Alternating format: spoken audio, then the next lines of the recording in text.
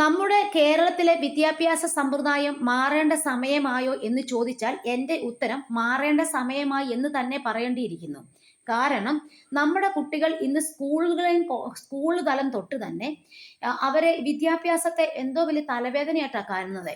അവർക്ക് ഒരു ഹാപ്പിനെസ് ഇല്ല, എന്റർടൈൻമെന്റ് ഇല്ല, റിലാക്സേഷൻ ഇല്ല.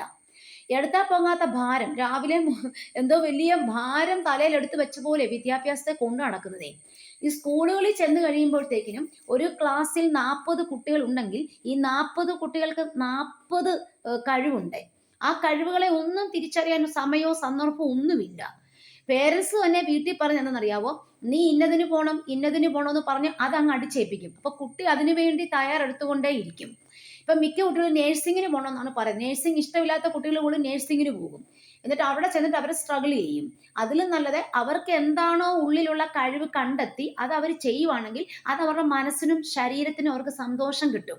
അതിനുവേണ്ടി കുട്ടികളുടെ ടീച്ചേഴ്സ് അറ്റ്ലീസ്റ്റ് ട്രൈ ചെയ്യണം അവരുടെ കഴിവിനെ കണ്ടെത്താൻ. സ്കൂളുകളിൽ ടീച്ചേഴ്സും കുട്ടികളും തമ്മിൽ നല്ലൊരു ക്ലോസ് റിലേഷൻഷിപ്പ് വേണം. ഈ ഇത്രയും വലിയ സിലബസ് മാത്രം പഠിച്ചുകൊണ്ട് ഒരു കാര്യവും ഇല്ല. എൻ്റെ കുട്ടിക്ക് എല്ലാത്തിനും A+ വേണം എന്ന് ശഠിക്കുന്ന മാതാപിതാക്കന്മാരുണ്ട്. കുട്ടികൾ എങ്ങനെയെങ്കിലും അത് നിർബന്ധിച്ച് അത് പഠിച്ച് മേടിക്കും.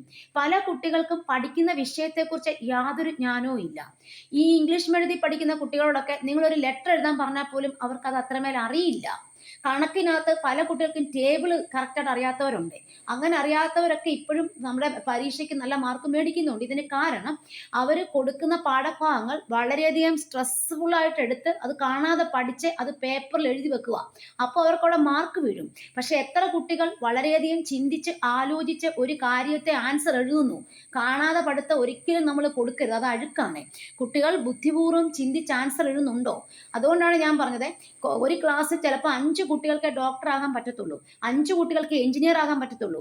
ബാക്കിയുള്ള കുട്ടികളെ സംബന്ധിച്ച് അവർക്ക് വേറെ വേറെ കഴിവുകളായിരിക്കും. അപ്പൊ എല്ലാവരെയും അടിച്ചേൽപ്പിക്കുക, നിങ്ങൾ ഡോക്ടർ, നിങ്ങൾ എഞ്ചിനീയർ, നിങ്ങൾ നേഴ്സ്, ഇതാണ് അടിച്ചേൽപ്പിക്കുന്നത്.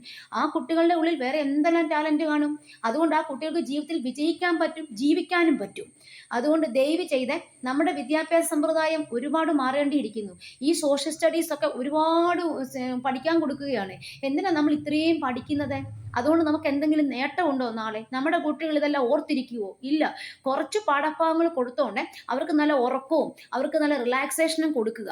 അതുപോലെ തന്നെ സ്കൂളുകളിൽ കുട്ടികൾക്ക് ചെറിയ ചെറിയ ചെറിയ എന്റർടൈൻമെന്റ് പ്രോഗ്രാംസ് കൊടുക്കുക. ഇത് പുസ്തകം പുഴുവായി കുട്ടികൾ ഓരോ ദിവസവും പുസ്തകം, ട്യൂഷൻ, വീട്ടിൽ വന്നാൽ സ്കൂളുകളിൽ നിന്ന് വന്നു കഴിഞ്ഞാൽ ഉടനെ തന്നെ കുട്ടികൾ ട്യൂഷന് പോവുകയാണ്.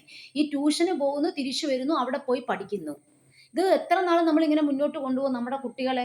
നമ്മൾ വെളിരാജ്യത്തൊക്കെ പോയി കഴിഞ്ഞാൽ ഇങ്ങനത്തെ സ്ട്രെസ് ഒന്നും പിള്ളേർക്കില്ല. അവർ റിലാക്സ് ആയിട്ട് പഠിക്കുകയാണ്. പക്ഷെ എന്നിട്ട് അവർ കാര്യങ്ങൾ മനസ്സിലാക്കി അവർ പഠിക്കുന്നുണ്ട് താനും. അവർക്ക് ഇംഗ്ലീഷിലെല്ലാം എഴുതാനും പറ്റുന്നുണ്ട്. എന്തുകൊണ്ട് നമ്മുടെ നാട്ടിലെ കുട്ടികൾക്ക് പറ്റുന്നില്ല? നമ്മുടെ വിദ്യാഭ്യാസ സമ്പ്രദായം ഇനി മാറേണ്ടിയിരിക്കുന്നു. സ്കൂളുകളിലൊക്കെ ഇംഗ്ലീഷ് ക്ലാസ്സുകളിൽ സ്വയമേ കുട്ടികളെ കൊണ്ട് ഇംഗ്ലീഷ് സംസാരിപ്പിച്ച് അവരെ സ്വയം എഴുതാൻ പഠിപ്പിക്കുക. ഈ പുസ്തകം, ഈ ലെസൺസ് എന്തിന് പഠിച്ചിട്ട് അതിന്റെ ക്വസ്റ്റ്യൻ ആൻസർ കാണാൻ പഠിച്ചിട്ട് എന്ത് കിട്ടാനാണ്?